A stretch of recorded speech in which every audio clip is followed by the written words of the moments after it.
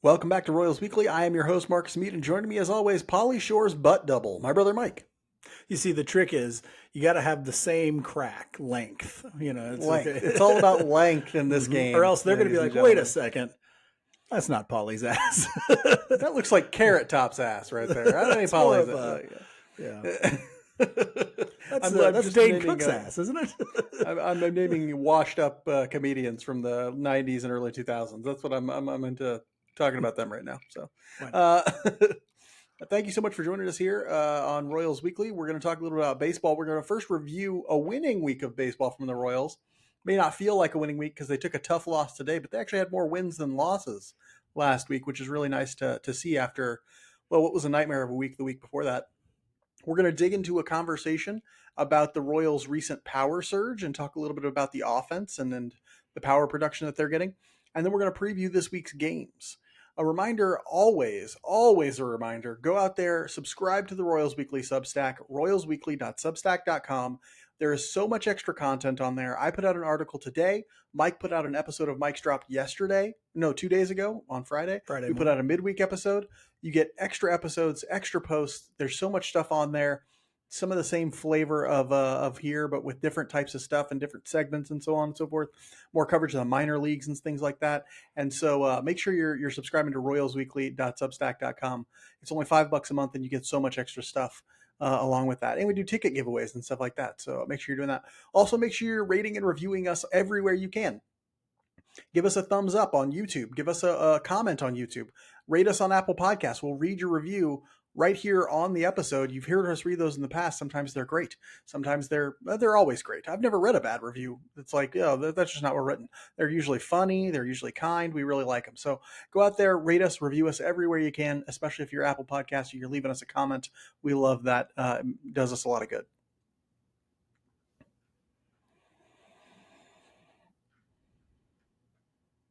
We'll start the review of last week with roster news. There wasn't a ton to talk about. A little bit from the bullpen. We're gonna breeze through it pretty quickly. But Sam Long did return from the injured list. He had been making rehab starts. He had been sort of ramping his way back up to coming to the major league team. As a result of Sam Long coming back, Jonathan Boland was optioned to AAA Omaha. Mike, what are your thoughts on the swap of Sam Long, who was not good before going on the IL, for Jonathan Boland? Well, I've mostly liked what I've seen from Boland, but it's very clear that the Royals view Boland right now as kind of that yo-yo guy, the guy they're willing to bounce back and forth between Omaha and Kansas City. We've seen different pitchers. Usually, it's always pitchers kind of fill that role. One year it was Edward Olivares, though. That's true. So, I forgot about Olivares. Not always pitchers. There was that campaign to name I-29 the Edward Olivares Expressway. Just because, I mean, it seems like one guy gets it every year. It's a different guy every year. It looks like it's going to be Boland this year. We'll see. Long looked okay on Saturday when he threw in one inning, but I was happy with what I was getting out of Boland. And so I really hope that Long can show us the Long that we saw last year, especially, towards the middle of the season, end of the season, because that could be helpful for a bullpen that is being used more and more and more as we get closer to the All-Star break. And as we get more and more starting pitcher injuries. So we've had Lugo go down, we had Reagans go down, we had Reagans go down again. Who knows what's going to come next. And so, yeah, there's been question marks, I think, with Lorenzen's health. It hasn't been like full on in the IL or anything. But, yeah, I'm highly skeptical that Sam Long can be really effective in this bullpen. He was pitching in the 8th inning for a while for the Royals last year. He was last year, but he has a track record that's really up and down, really volatile, good season, bad season, that sort of thing. And he's always sort of walking the razor's edge of effective because his stuff is just not elite or even really, really good. It's okay, but it's not great. And as a result, he's sort of always walking the edge of, does he have the velocity to be effective? Does he have the movement to be effective? And all that sort of stuff. And, this side of the line, he's really, really bad. And the other side of the line, he's good. And so he's one of those kind of pitchers. We've talked about it with Cole Reagans before too, where like there's kind of a really fine line. And if he's on this side of it, he's real bad. And if he's on this side of it, he's good. I'm a little skeptical that Long can stay on the good side of the line right now. I was happy with what they were getting from Boland as well, but you just have to know that any relief pitcher who has the number of options that he has is going to, they've already used his option for the year. If you don't know how options work, once you use a guy's option for the year, you can use it. You don't have to use another one to send him back down or anything. One option per year. So they've used his option for the year. They can send him up and down as much as they want to this year. Actually, there is a limit on it. That rule came out like a year or two after Edward Olivares. It's like, you have a certain number of times you can do it, but you can do a bunch of times. And so they're going to utilize the fact that they've already spent that option, and they're going to bring him up and down because they need reliever depth. They need fresh arms in the bullpen. They're getting taxed and things like that at times. And so, yeah, not surprised that this took place, and they love inventory. So they're going to try, and if Sam Long even has a long shot of being effective, they're going to let him try to be effective in the bullpen to say, hey, we have one more bullpen arm we can rely on. Good, because we're going to need it throughout the long season. On the field last week, the Royals gave fans a little hope by sweeping the Rangers in a 3-game series in Arlington, but then they went ahead and choked that out a little bit with a heart-crushing series loss to the Padres today. Overall, they went 4-2 last week, but that brings their overall record to 38-40, which is third in the AL Central. You remember it used to be fourth in the AL Central, but I guess the Twins are having a rough go of it because they've now sunk under the Royals. They lost the rubber match to the Padres today, walk-off style. Mike, did you see anything from the boys last week worth talking about? Well, the Rangers series was awesome because of the offensive life that it brought. But we kind of saw, I think we saw last week, and especially in the Padres series, we kind of saw what we've seen all year and what I expect to see for the rest of the time. And that's, they're going to beat the teams that are bad usually. Okay, there's been a couple scuffles there. We lost a series to the White Sox after all. They were swept by the Athletics. They got swept by the A's. Yeah, I get that. But mostly they're going to beat the teams that are bad, and they're going to struggle against the better teams. The Padres are third in the NL West, a very, very good NL West. Okay, we went in there and fought hard. I liked it. Friday night's game was especially indicative, and you're like, damn, that was a really good win. The Royals came out, they scrapped, they battled, they scored some when they, kind of looked like they might give it up at the end. They were able to hold the line. Like, that was all really good on Friday night's game. Gave me a little bit of hope going into the weekend. And then just to drop today's game the way that they did really kind of emphasized the limitations that this team has. Yeah.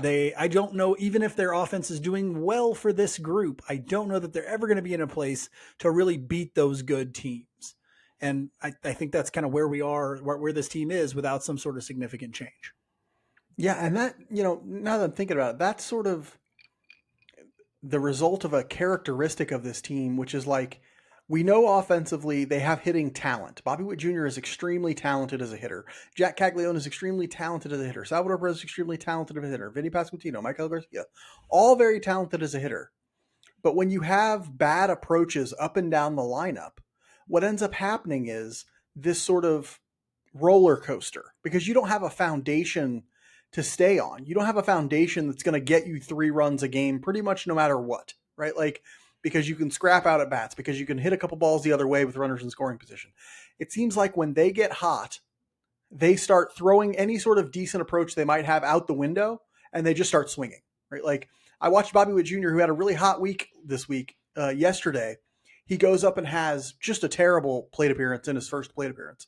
Literally, he got thrown 4 pitches all outside the strike zone. He swung at all of them, right? Like, what are you doing? What are you doing? And then the next one, he comes up, gets a pitch fastball on the outer third, swings at it, puts it in play weakly. He's out, right? Like, why are you swinging at that on the 0-0? It makes no sense, right? But that's who this team is, right?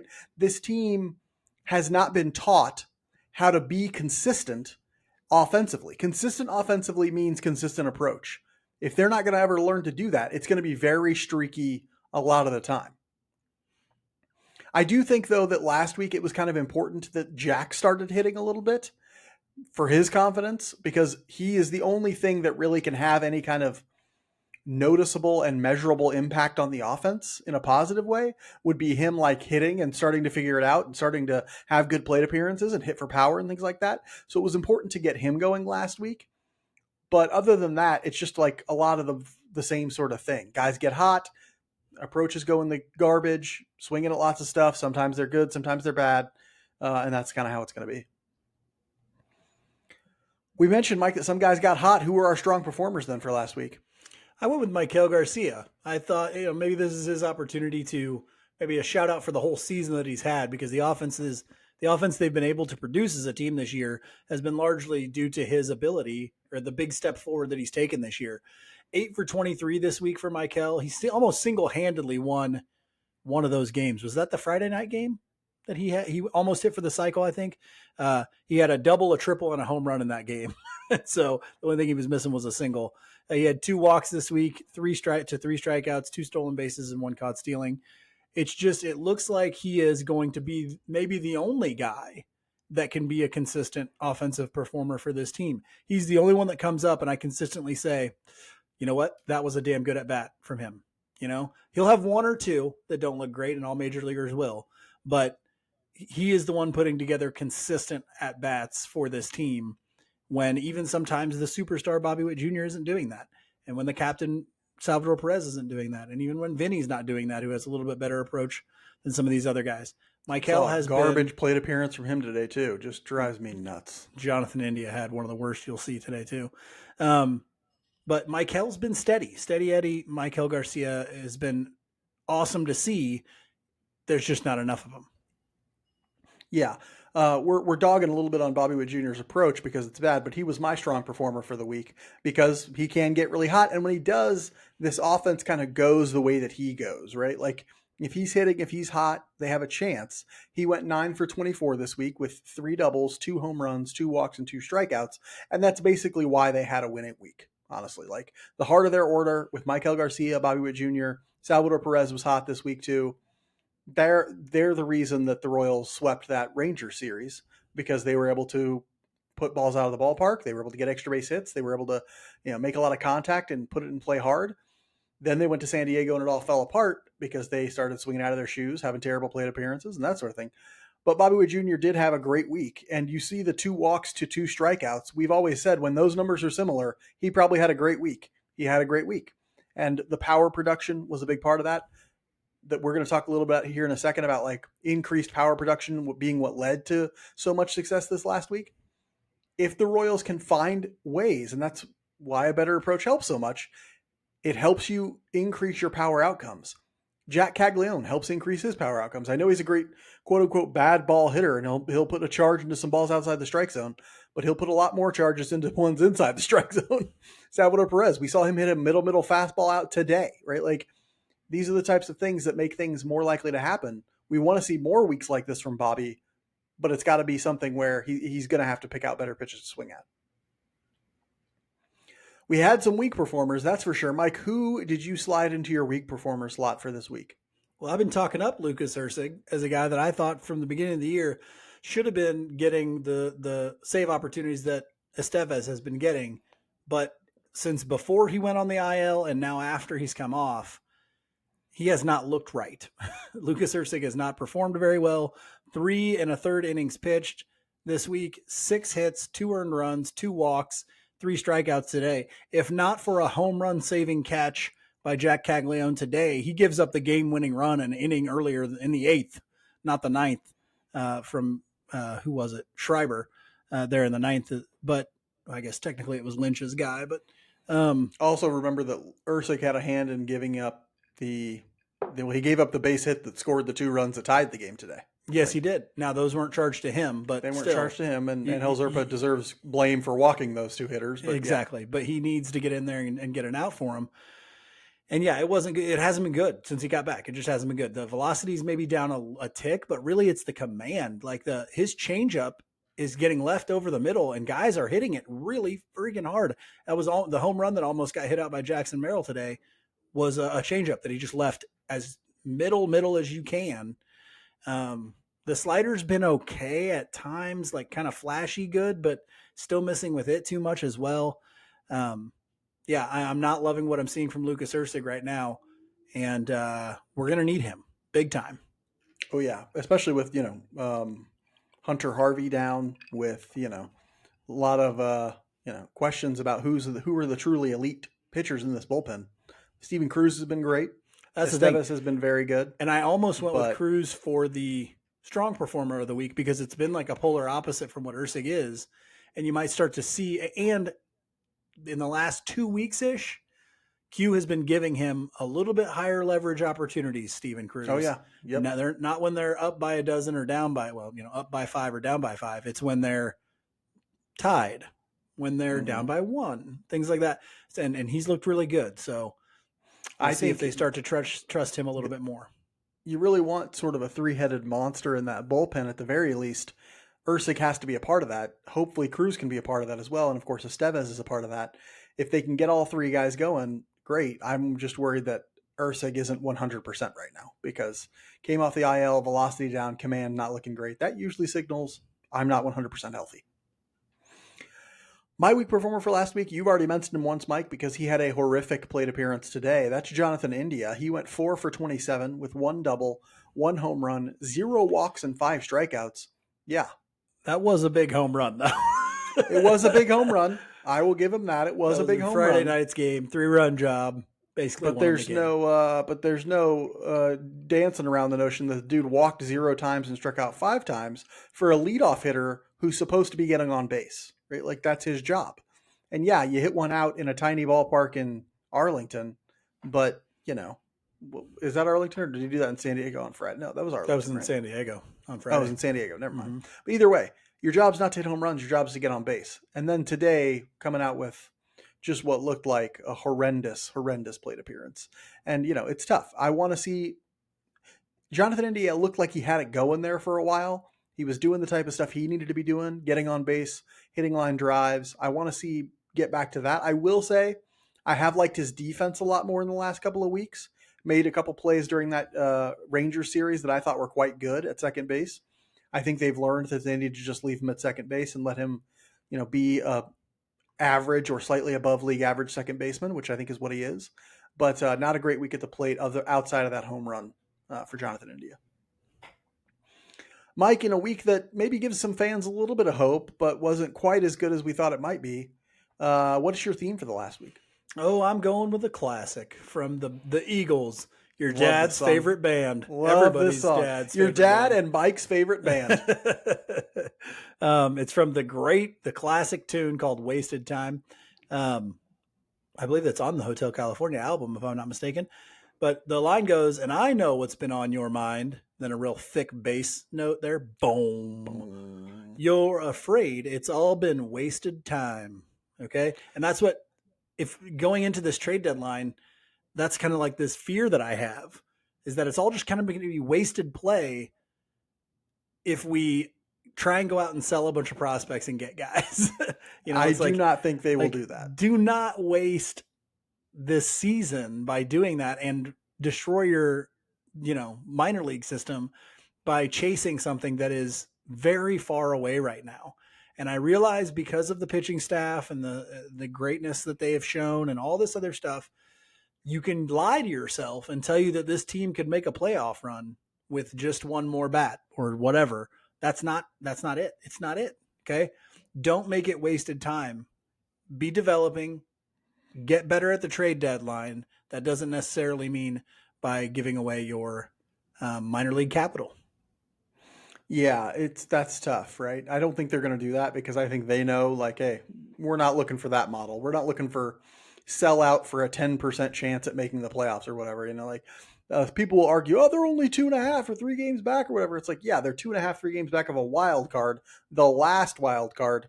Let's imagine they fairy tale get there, and that would still be a fairy tale. I think the odds of that are pretty long. Well, the Dodgers are about to roll in this week. Dodgers about to roll in. Just ask yourself if you as feel are like the you can Rays. Beat them or the Rays or the Yankees or the... You might think to yourself, oh, Rays, they're not very good. They're second in the AL East, and they're like 7 games above 500. So you're going to face both of those teams this week. Will things look different at the end of this week? Probably. How about the Tigers? They're 19 above 500, I think. Yeah, exactly. Like, what are you going to do? What are you going to do?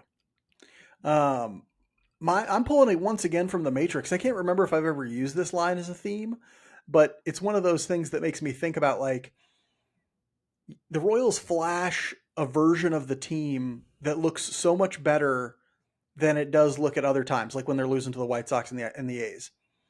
And it makes me think I'm like in a dream version of the team. I can't trust what I'm seeing when the team's offense goes off because it's like, well, I know next week I'm going to see dudes swinging at pitches 8 inches above the strike zone, stuff like that. So I'm going with just a classic line from The Matrix delivered by the great Larry Fishburne. His friends call him Larry. His friends call him Larry. Actually, he was credited. He was credited as Larry Fishburne early in his career, honestly. Really? Was that yes, Pee Wee Herman? We talking about Pee Wee Herman days? Yeah, probably. He played the cowboy character on Pee Wee Herman. So I'm going to do my best Morpheus voice. Have you ever had a dream, Neo, that you were so sure was real? What if you were unable to wake from that dream? How would you know the difference between the dream world and the real world? That's a terrible Fishburne. I can't get deep. I can't get as deep as Fishburne. My voice doesn't go that deep, but I did my best. And this actually speaks to your theme as well. Like, it would be a big mistake if the Royals thought that the dream that they see in that Ranger series is something that they can replicate over and over and over again, because the entirety of the season has shown us that they cannot. And so did the Padres series. Showed us that they cannot replicate that against good teams, and that they'll struggle to replicate it at all times because they are not consistent offensively. They are flashy offensively. They have talent, which is why in the offseason they really need to invest in a hitting coach who can teach approach to major league players. It can be done. I've seen it done. It can be done. But we're not there right now. And it's nothing that's going to happen in the next 4 or 5 weeks.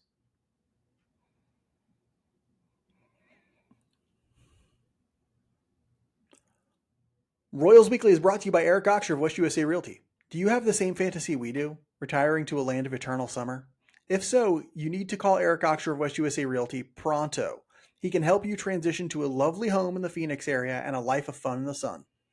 You get yourself some SPF 50 and a couple pool floaties. That's heaven right there, brother. Mike looks amazing in his pool floaties. Eric was one of the top real estate agents in the Phoenix area to end 2024 because he gives all of his clients a personal experience focused entirely on their needs. With Eric Oxer of West USA Realty, it's not about him. It's about you.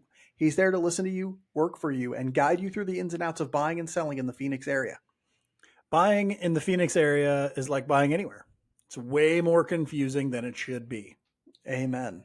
Find Eric Oxer of West USA Realty online at ericoxer.com. That's ERICKAUXIER.com. Or just give him a call or shoot him a text at 480-383-9745. That's 480-383-9745. If you're at all interested in what a life in the Phoenix area might hold, let him make the experience all about you.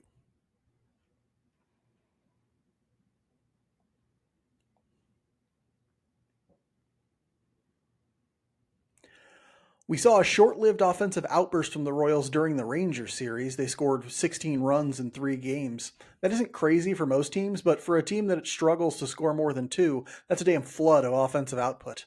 Most of it came via the home run ball. Jack Caglione hit 2 home runs. Salvi, Garcia, Witt Jr., and Pasquantino all hit home runs as well. Basically, the heart of their lineup started playing like the heart of a lineup. Mike, we saw a version of the Royals offense that we really haven't seen all year. Why now? I'm going to give you some reasons why. Small ballpark and mediocre pitching. Those help. That's what does it for you right there. That's what I'm attributing most of it to. Now, it also happened at a time when Salvador Perez was pretty hot. Bobby Witt Jr. seemingly made a meaningful adjustment, or it was reported to have made an adjustment mechanically to his swing that helped. And then, of course, you're in a ballpark where Maikel Garcia can hit one out. And there you go. And then the Rangers pitching staff is not very good. And so that's what kind of leads to that. When you get in those advantageous situations, that's going to be a big deal.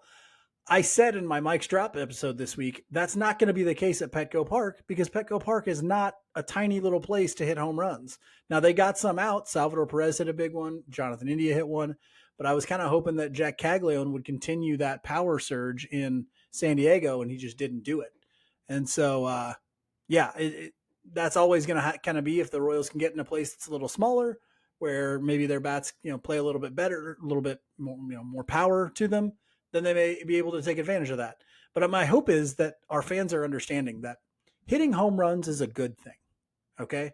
It's the best thing. It's not offensively. Ryan Lefevre thinks it's a bad thing. Okay. Well, besides him, it's a good thing. And It can be the backbone of a good offense. As a matter of fact, it is the backbone of most good offenses.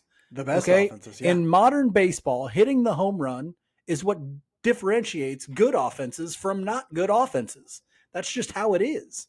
And so thinking you're going to create an offensive lineup devoid of power that's going to be able to consistently win you games is backward thinking, in my opinion.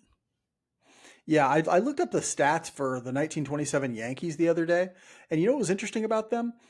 They were called Murderers Row, if you don't know, and they were called that because they had a lineup full of great hitters, but they also had 2 hitters who hit over 45 home runs in a season, which never happened back then. And so why were they scoring more than everybody? Because they hit home runs. It's the most effective thing you can do.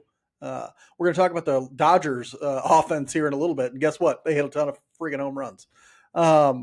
I think it was something different in terms of why they turned it around, though. We talked about a team. Everybody talked about the team meeting that they had and all that sort of stuff. I think this team has the ability to make a conscious decision to be less aggressive at the plate, but they just don't have the ability to stick with that.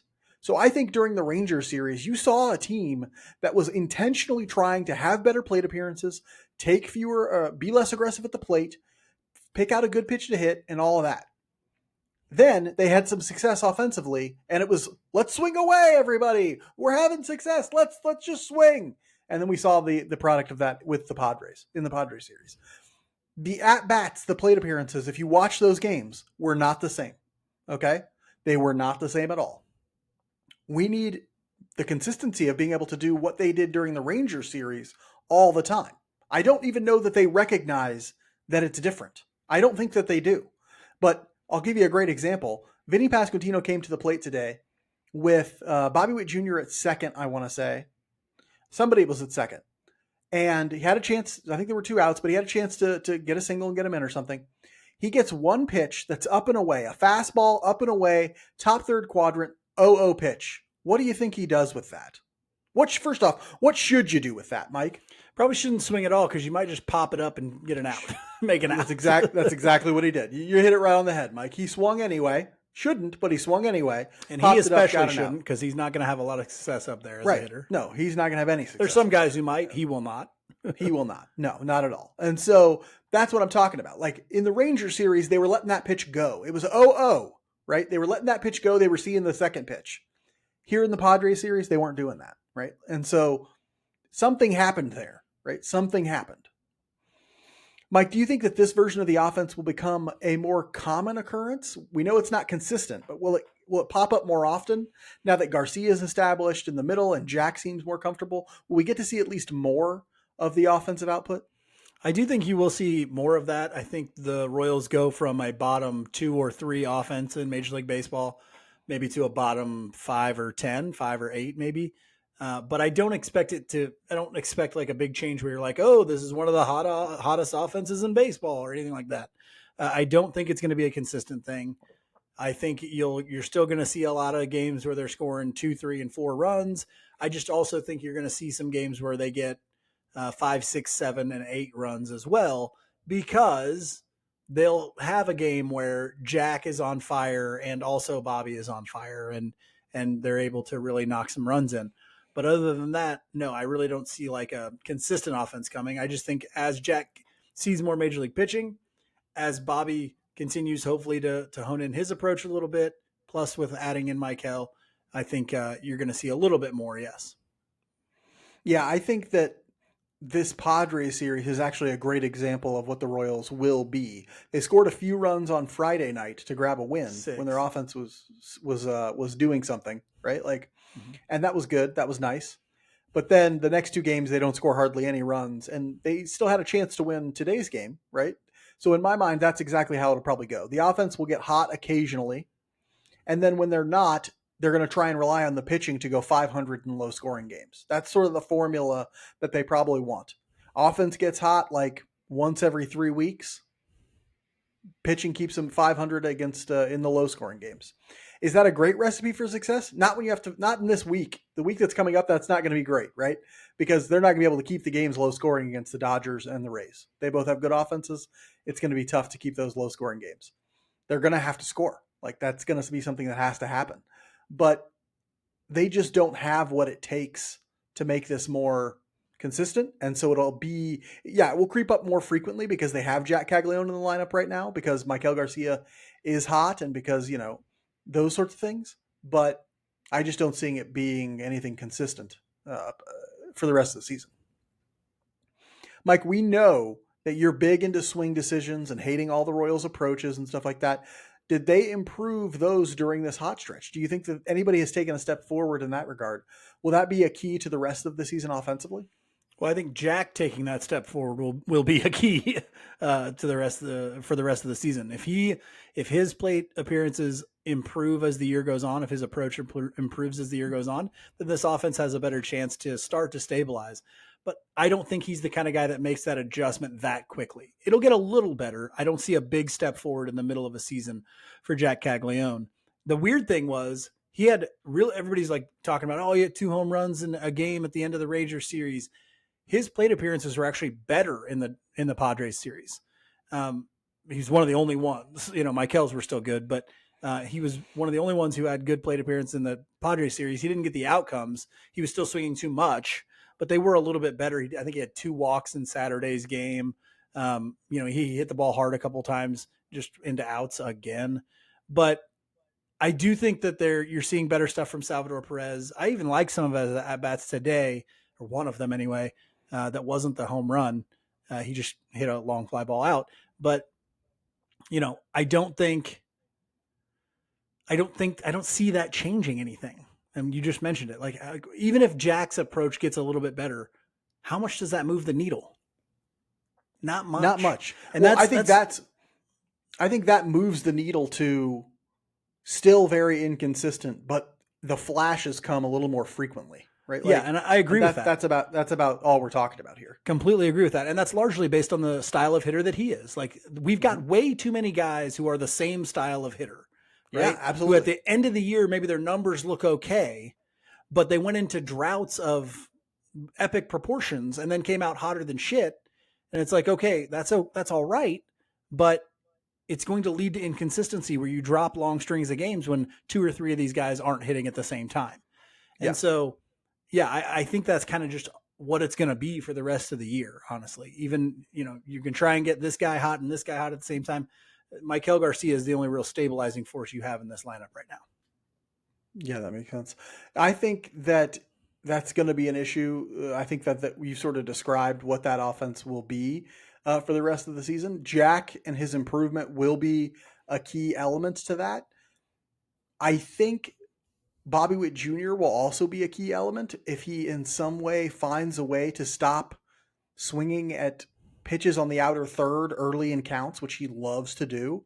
Like, I don't know why. I don't know why you're swinging 0-0 outer third. What are you doing? You can hit home runs. Wait for him to throw you a pitch on the inner third. Like, it's madness to me. But those will kind of be the 2 big. Obviously, Salvi, he'll get hot. He won't get hot. He's 35 years old. He's not learning a better approach, right? Like, but I still have some hope that Bobby might, and I still have hope that Jack might. And maybe some of that helps us see those flashes of offensive output just a little more frequently.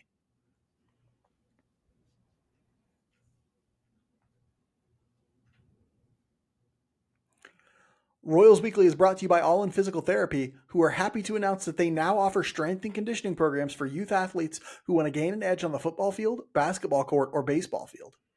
I need every edge I can get. My son's weeks away from punking me on the court, maybe days. Yeah, and he's only 3 years old, so, He's a feisty 3. He is, though. He'll do anything on the court. Those elbows right in your your psychopath. Dennis Rodman, I'm telling, a Fisher-Price basketball net. It's insane. Yeah. And, of course, All in Physical Therapy still offers the best in recovery from total joint surgeries and sports injuries after Mike gets destroyed on the basketball court. With offices in Blue Springs, Lee Summit, and Belton, they'll help you take care of your recently replaced hips, knees, shoulders, elbows, you name it. Maybe I could get him all those things done at once. I'm sure I'd be down for a while. But when I came back, I would be unstoppable on the pickleball court. And I make the noise the Williams sisters makes, every time I hit it. Every single time. Guy thinks he's Serena out there. If you're interested in reaching the peak of your athletic performance or getting back to 100% from an injury, check out All In Physical Therapy at allin-pt.com. That's allin-pt.com. Or give them a call at 816-427-5300. That's 816-427-5300.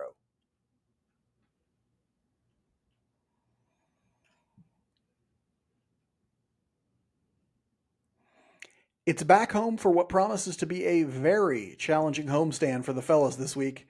They'll start with a day off on Monday and then 3 games against the Tampa Bay Rays before facing the defending World Series champion Los Angeles Dodgers.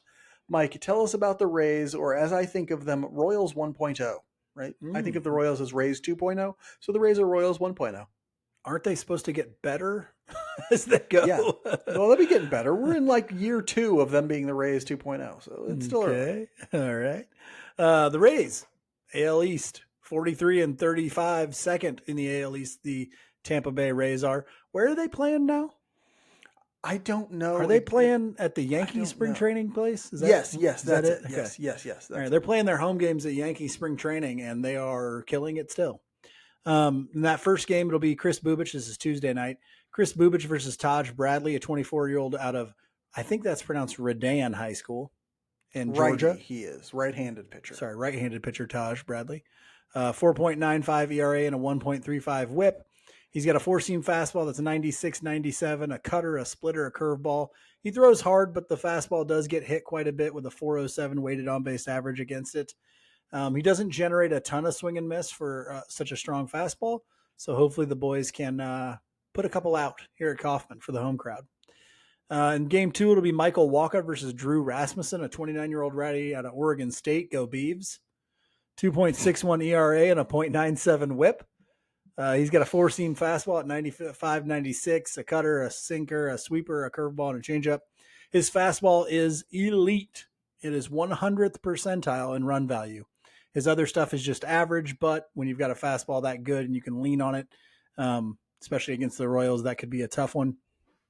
Generates a lot of ground balls at 50%. Yeah, that's a recipe for disaster for the Royals. We'll be lucky if they score 3 or 4 in that game, or at least against Rasmussen. We'll be lucky if they score. In that third game would be Michael Lorenzen against Shane Baz, the 26-year-old righty out of Concordia Lutheran High School in Texas. Have you seen this dude's facial hair? It freaks me out something unbelievable, okay? No He's blonde, and his facial hair is like super blonde, like translucent almost. It's very weird. Kudos to him for growing it, but man, it freaks me out. He's like a ghost. Yes, kind of. He's like all right, 4.79 ERA and a 1.33 whip. It's not scaring the hitter, all right? It's not scaring the hitter right now. He's also got a 4-seam fastball at 96 to 97, so some hard throwers we'll see here, decently hard throwers. Curveball, changeup, slider, cutter, decent fastball. Everything else is kind of mid. The strikeout numbers have dropped since his rookie season. He's down to 21%, which is not great, but better than the guy that we saw today as the starter for San Diego, and we only managed 2 runs off him. So we'll see. After that, we'll see the defending champ, the Los Angeles Dodgers, come to town for, I believe, a 3-game set. Yes, that'll be a 3-gamer as well. The Dodgers leading the NL West with 48-31 record, so they're 17 games above 500. They have a lot of good players. You may have heard of some of them. You may have heard they're not scared to spend some money. Not scared to spend money on players, although it doesn't always work out. Oddly. So I'm going to tell you about some of that here in a second. But offensively, it has been working out. They have the best offense in baseball with a 123 weighted runs created plus. They're getting great seasons from a lot of guys, but a few of them are Will Smith. Not that Will Smith. Not that one. Not the getting jiggy with it. And not smacking people on stage. Not from that infamous great movie Hancock. We've all seen that. Yeah, we've all seen that. But a different Will Smith, not the pitcher either. Honestly, a Will Smith who's got a 171 weighted runs created plus. Shohei Ohtani's got a 170. He's pretty good. Maybe you've heard of him. Freddie Freeman has a 154 weighted runs created plus. He's doing great. They got a lot of guys doing well offensively, as you might imagine. The pitching staff, on the other hand, has not been great. 22nd in Major League Baseball in ERA at 4.22. And a lot of that has to do with injury. They are decimated by injury in the pitching staff. Roki Sasaki, who was like their big offseason international signing, he's hurting on the 60-day IL. Tony Gonsolin is hurt. Emmett Sheehan is hurt and working his way back. Tyler Glasnow is hurt. They got a whole bunch of guys who are hurt from their starting rotation. Shohei's back pitching, correct? Shohei did come back and start pitching. He worked as an opener like earlier this week, I think. And so he may be back. The Royals may see him for a couple of innings during the series. He probably won't go too deep into whatever game he pitches in, if he does pitch in next anyway. They do have some starters who are doing well. Yoshinobu Yamamoto has a 2.76 ERA. Clayton Kershaw back from injury. He's only thrown like 7 or 8 games, but he's got a 3.31 ERA. So they have some guys doing well, but injuries really hurt their pitching staff, which is a lesson in just because you spend money doesn't mean it's always going to work out for you. Because they spent a ton on Sasaki. They spent a ton on a lot of these guys. Glasnow. And it's only led them to first in their division. Well, that's not what's leading them to first in their division.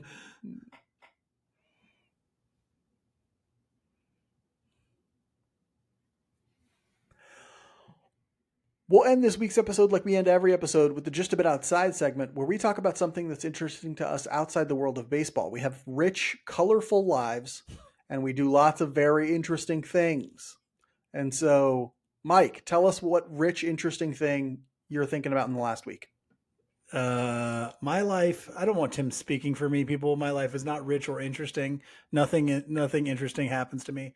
But you may have he does live in the suburbs. So. I do live in the burbs.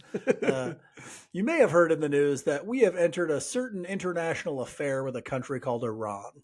Okay, we're at war, folks. We're going to war with Iran now because why not? Riggs asked me today if I could get drafted, and I was like, maybe technically. I don't know. Yeah, unless there's a weight limit.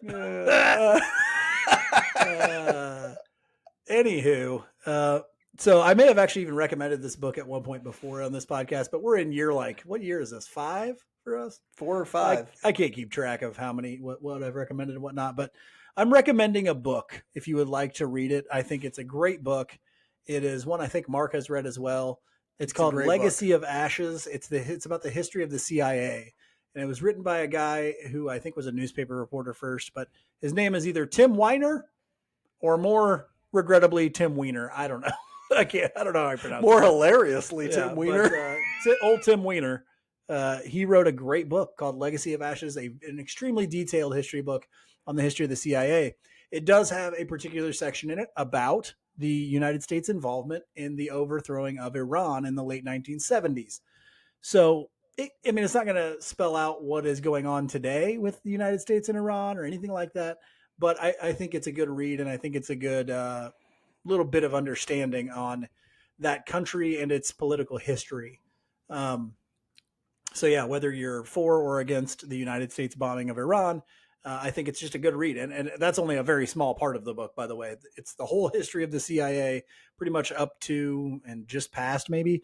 This is the attacks on September 11th. So it's a fantastic read and will give you a great understanding of really the role the CIA plays, because I think a lot of people kind of misunderstand what they do and the success or lack thereof that they have had in the history of this country. So read it. It's a great book if you're interested in that kind of history.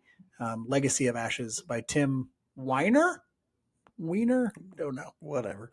If nothing else, it's a very interesting look at U.S. intervention in foreign and sovereign countries. Like, yes, regime. We like the old regime change.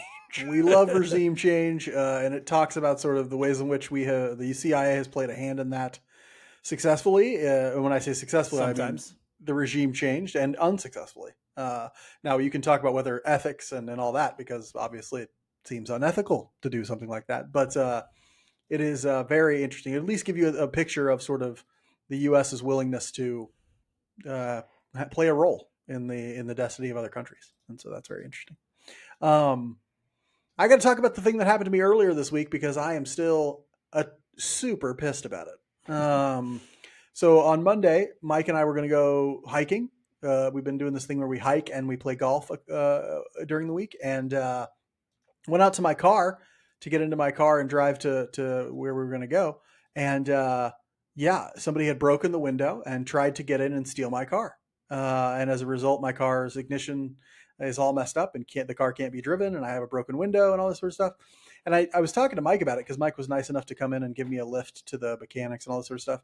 And I can't get into the psychology of someone who tries to steal from someone else. Like, I understand the forces that motivate crime, or at the very least that lead to crime, right? It's all about poverty. If you read any criminal justice scholarship, you know that the thing that causes crime pretty much is poverty. All criminologists know it. That's the sort of thing. And so there's sort of a narrative out there that's like, okay, I need money, I'm poor, so I steal something.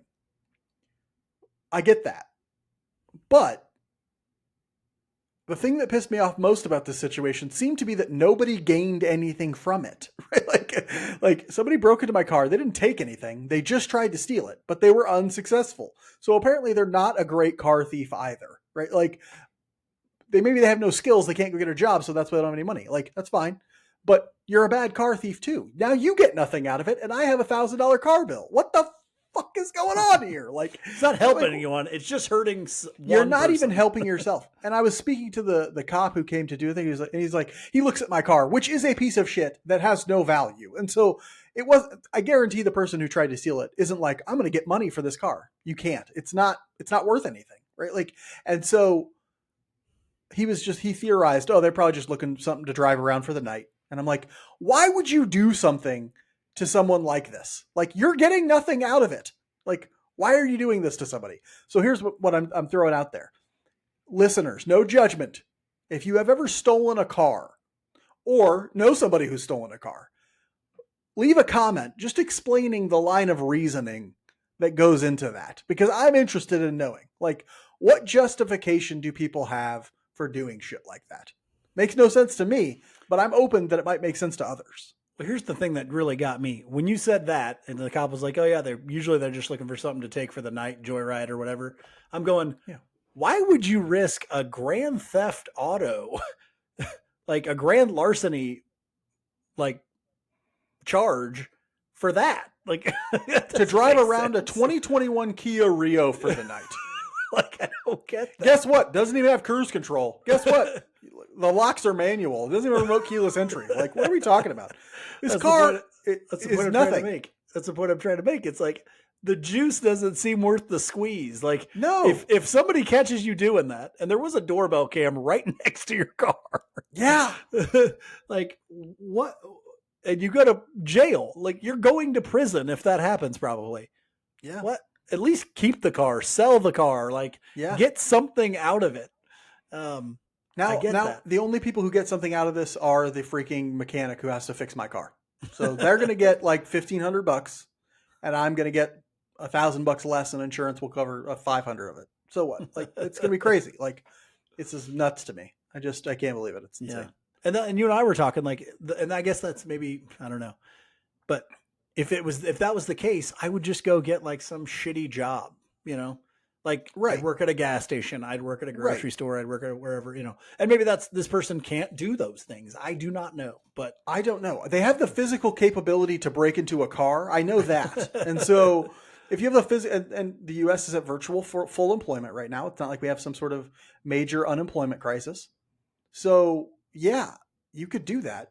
This is why I'm like, this isn't like some Jean Valjean narrative. Like I had to steal to feed my family. I had to steal for a loaf of bread, you know, like, no, you stole a broke, like, I don't have a ton of money or anything. Like, you stole from me. You saw a 2021 Kia Rio sitting out there and you thought, this person has money, I'll take from them. It wasn't like that. Like, it wasn't a rob from the rich to give to myself situation.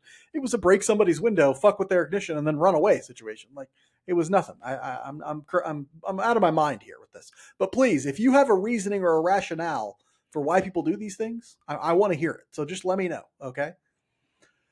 That's all we have for this week. Hopefully, next week is slightly better. Yeah, don't get your car stolen, people.